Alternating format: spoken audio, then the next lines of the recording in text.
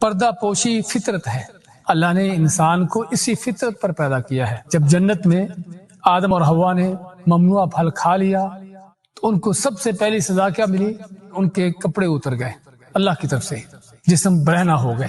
اب حالانکہ وہاں پر اور لوگ تو تھے نہیں، آدم اور حوا ہی تھے، ان کو اولاد بھی نہیں تھی ابھی تک، شیطان تھا تیسرا، کچھ فرشتے ہوں گے جو ان کو نظر نہیں آتے ہوں گے۔ اگر کہنے والا کو کہے کہ صرف دیکھنے کو صرف دو ہی تھے، آدم اور حوا، آدم اور ان کی بیوی، لیکن اس کے باوجود ان کو بھی گوارا نہ ہوا کہ ایک دوسرے کے سامنے برہنہ ہوں۔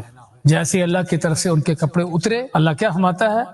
فَطَفِقَا يَخْصِفَانِ عَلَيْهِمَا مِن وَرَقِ الْجَنَّةِ، کہ دونوں نے جنت کے درختوں کے پتے اتار کر اس سے اپنے جسم کو ڈھانپنا شروع کر دیا۔ حالانکہ خاوند بیوی ہیں، اگر فرض کرو نہ بھی کپڑا پہنے تو کیا مشکل ہے، لیکن یہ فطرت ہے جو اللہ نے انسان کے اندر رکھی ہے، جس پر انسان کو پیدا کیا ہے۔